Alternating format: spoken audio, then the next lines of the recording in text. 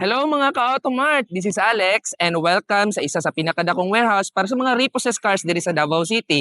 And this is our top 5 picks. Kabalo ko, dili nyo dapat ma-miss for this week cycle.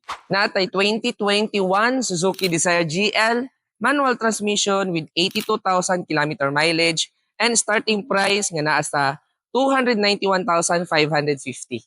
Nasad tay 2023 Toyota Rush GRS nga nay 27,000 km odo ug starting price na 790,200.